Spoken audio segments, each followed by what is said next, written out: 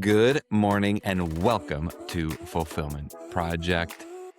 Everyone's asleep and I was laying in bed this morning thinking about little trite sayings and how you feel so awkward when you use them, but how true they actually are. So I just started making a list in my head and I want to go through them and why things that are trite are true.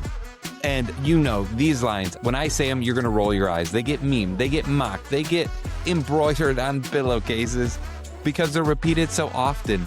But they keep getting repeated because life keeps proving them right. So, without further ado, the top 10 trite but true sayings that I could come up with this morning. Actions speak louder than words. People can say anything. What they consistently do reveals who they really are. You've seen this a million times. Someone talks a big game and doesn't deliver. For you, do your actions match up with your words? Do you walk the talk? A lot of times it's easier to tell people we're going to do something. I'm going to go to the gym every day. I'm going to lose 10 pounds. I'm going to lift this weight. Why not just do that thing and then tell people when they're done? Keep it a secret. And your celebration for achieving that is getting to tell everyone that you did it. Hey, I've been working on this for 3 months. I've been working on this for a year.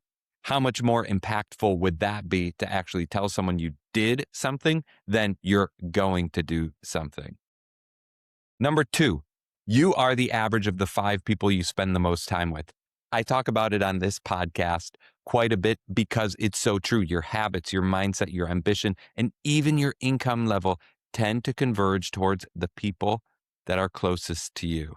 Who do you spend the most time with? Do you find it to be true in your life? What if you could add one person, bring one person into your circle, or maybe you have to remove someone from your circle? Something to think about. 3, the best time to plant a tree was 20 years ago. The second best time is now. Regret over lost time is real, but starting today is always better than waiting any longer. That time is gone. The past is gone. The future is uncertain. All that we are guaranteed is this moment right now. You're listening to this podcast. Maybe you have to hit pause and go do the thing that you want to do but haven't been doing. There are only 2 guarantees in life.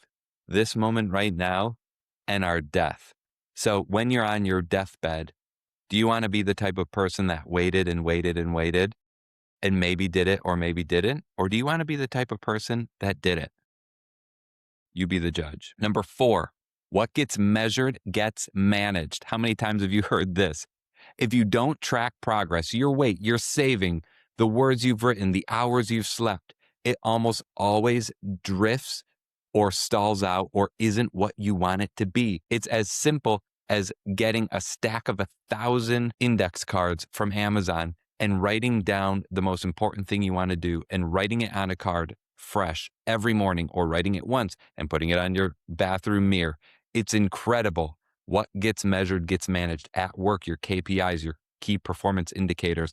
Are you choosing the right ones to track, the ones that will actually have value to you and to the business? And how frequently are you looking at those KPIs? What gets measured gets managed.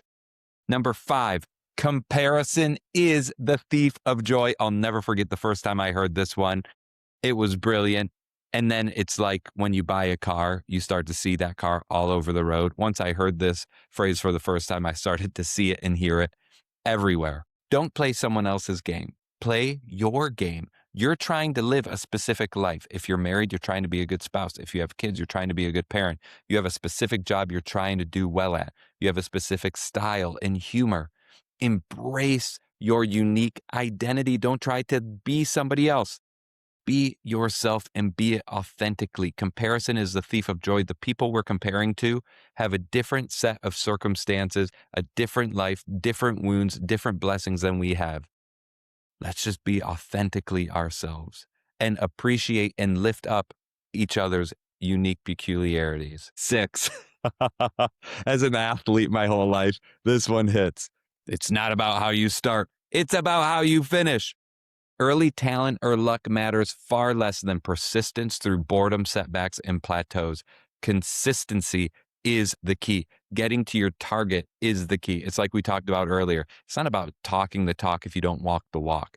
If you're going to do something, do it. It's about how you finished. It's not about going to the gym for a month and then giving up forever. It's not about going on one 5K run and then never running again. Persistence, consistency. It's not about how you start. It's about how you finish. And it's important when we're thinking about what we want to do. How do we want to finish? What is our end goal? If you have a strong why for what you want to finish, you can navigate almost any how and figure it out. If you don't know why or where you're going to finish, maybe you shouldn't even start the thing in the first place. Number 7, Rome wasn't built in a day. Almost every meaningful achievement in your life, in the people's lives you look up to, in the lives of those we read about, their career, their body, their relationship, their skill, their wealth, it's the result of boring compounding effort over years. And we've talked about compounding effort. Remember, compounding works both ways. It can either compound up or compound down. You get into debt, you get into bad habits, that compounds you in a negative way. Reflect on your life. How are you compounding forward, compounding in a positive way? Rome wasn't built in a day, and neither is your life, neither is your family, neither is your career. There's going to be a lot of good luck. There's going to be a lot of bad luck. Perseverance. Rome wasn't built in a day, neither were you. Number 8, you can't pour from an empty cup. You can't sustainably help others create and perform at a high level if you're completely burned out and depleted. I'm talking to you, parents. I'm talking to you, people in a career. I'm talking to you, people that are helping everyone else but yourself. Another pithy statement, not on this list, but that connects to this is when you're on an airplane and there's emergency, you got to put your mask on first, and then you can help your children and other people. Same thing. We got to be getting to sleep. We have to be drinking water. We have to stay hydrated. We have to exercise. We need to take care of ourselves, make it a priority so that we can fulfill life's obligations, whatever we want to achieve, whatever service and outward looking focuses we have. We need to be fueled up so that we can do that and excel at that and exceed expectations. Number 9, this too shall pass. Both the worst pain and the highest highs, temporary. The phrase feels cheesy until you're in the middle of either a low low or a high high. And in the low low, it feels like it's never going to end. When your kids aren't sleeping, it feels like, oh, this is never going to end. But really, this too shall pass. Be aware of the moment, embrace it. Same with the high highs. That moment will pass. So be aware of it, soak it up, reflect on it, spread your arms out and just take it in, baby. Because it'll pass. Take in the moment. Again, I've said it a couple times now and a lot throughout the podcast. The only moment we're guaranteed is right now. Whether it's a low, low, a high, high, or just another cold winter day. Soak it up because we're not going to get this hour back. We're not going to get today back. It's gone. Our kids are a moment in time. They're never going to be the way they are today. Our business, it's a snapshot in time. It's never going to be like it is again today. Soak it up and appreciate it for what it is because this too shall pass. And number 10, the final one, I'm sure there's so many others. Drop them in the comments if I missed one of your favorites. If you want to go fast, go alone. If you want to go far, go together. Any big lasting success I've ever achieved with my family, with business, with exercise, with deep expertise, it requires other people. It requires mentors. It requires a spouse, children, parents, siblings. If you want to go far, go together. You can't build something exceptional by yourself. It's impossible. Think of everyone. Elon Musk comes to mind. How many people are creating what he's doing? It's not just him. There's legions of people.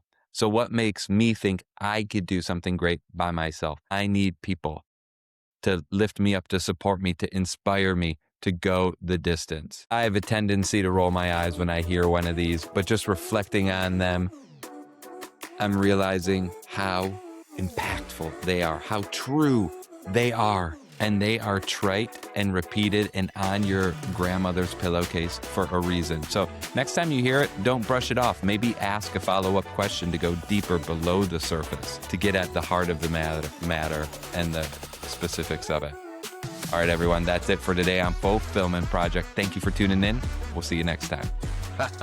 Everyone, hey, if you haven't already gone over to my Substack and signed up for a free or premium membership, why don't you go do that right now? There's so much stuff. Every Monday morning, you get the newest, latest episode, either a long form or a monologue on a big topic by me. Every Wednesday, you get the self-reflection guide, all my notes, all my memos, and so much more. And by signing up, you will get my free book emailed to you in PDF form right now. Thank you so much.